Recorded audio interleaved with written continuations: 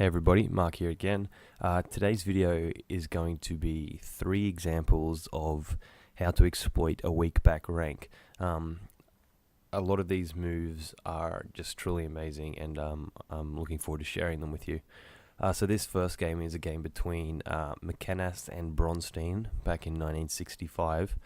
In this relatively peaceful looking position, White has a strong pawn on d5. Even though it's isolated, it's quite strong, and it could promote later on, possibly through doubling on the d file after making a luft square.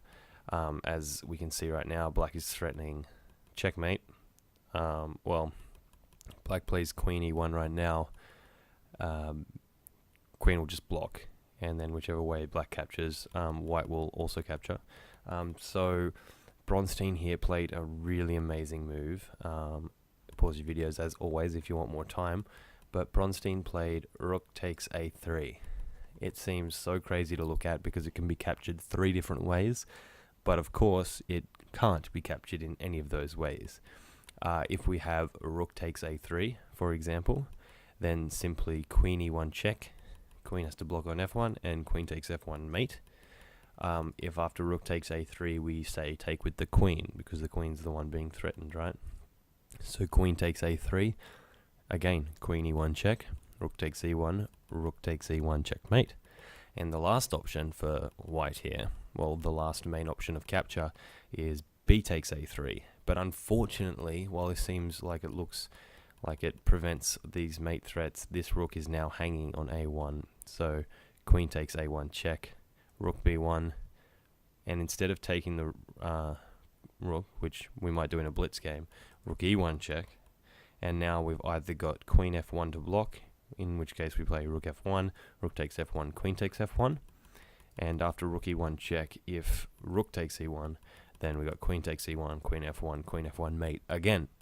So after rook takes a3, there's no hope for White really. If they play like queen b1 to protect the rook and get their queen out of the attack, then rook takes a1 simply wins. White can't move his queen, there's mate threats in the air, and even if he takes the rook, we've seen this mate before.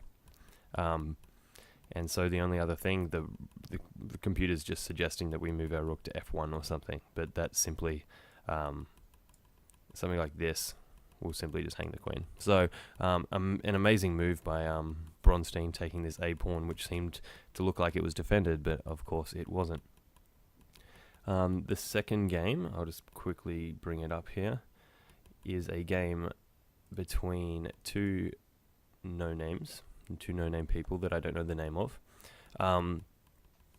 The position here is looking dire for Black. It is Black to move, but it looks like if Black moves his queen anywhere, say for example queen a4 to threaten checkmate on d1, and get his queen out of the way, then simply rook takes g7, king h8, rook h7 check, king g8, and queen g7 is mate.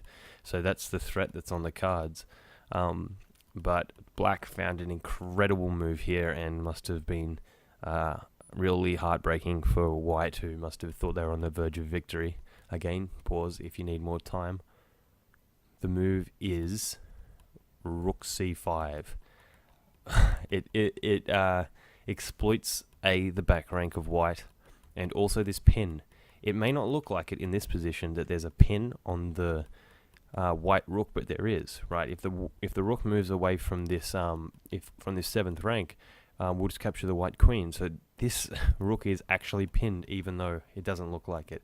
It's a very hard concept to find over the board, and one that I've struggled with a lot. But rook c5 is an incredible move.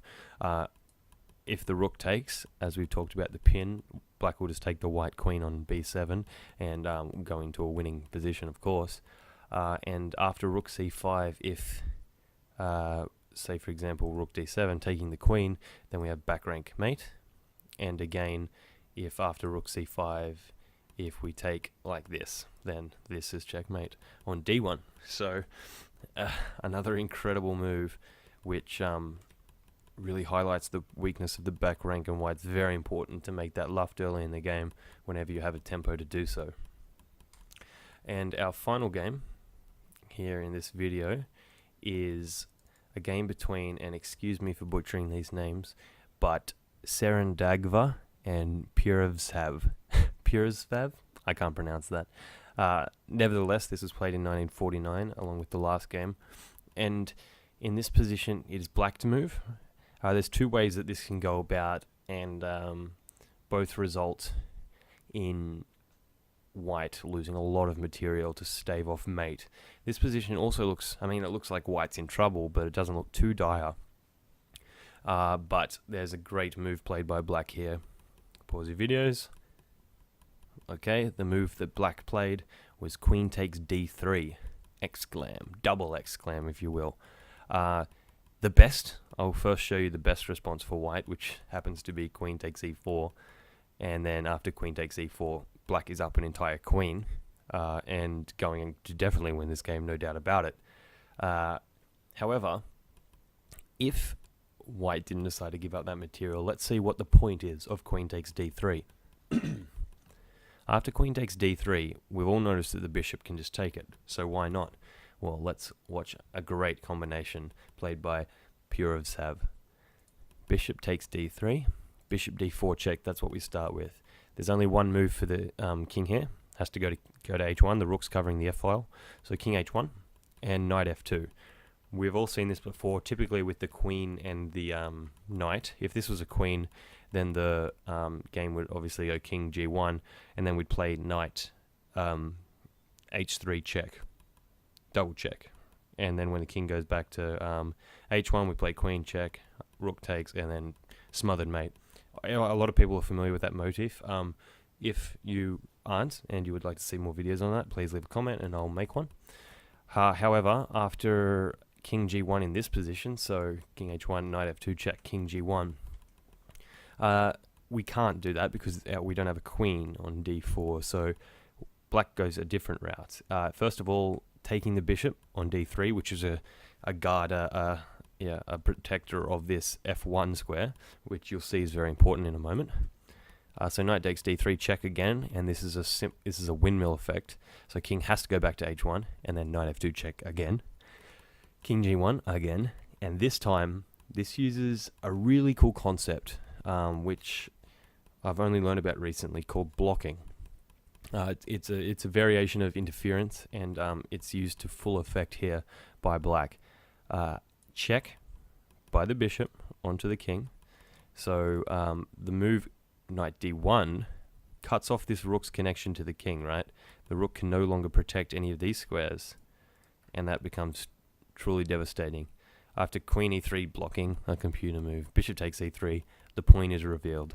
King h1, because again the rook was covering the f1 square, king can't go over there, and then our final move, rook f1 checkmate. So let's go quickly back over that variation. We had queen takes d3, sacrificing the queen, and again the best continuation was queen takes e4, sacrificing the queen, but it doesn't really save the game. So white should try, bishop takes d3, check the king, force him into the corner, another check with the knight, discover check on the king, check again, and this is the crucial move which black had to see before starting this entire variation and before sacrificing that queen. Knight d1, cutting off this rook's vision of the back rank, and also unprotecting the king while checking it, and it's basically forced mate from here. The queen block isn't necessary, it's going to be the same result, but computers like to stave off mate for one move longer. Rook f1 checkmate. So that's that video. I hope you really enjoyed it. I thoroughly enjoyed learning all these positions, and hope to incorporate them into my game sometime. Thanks for watching. Bye.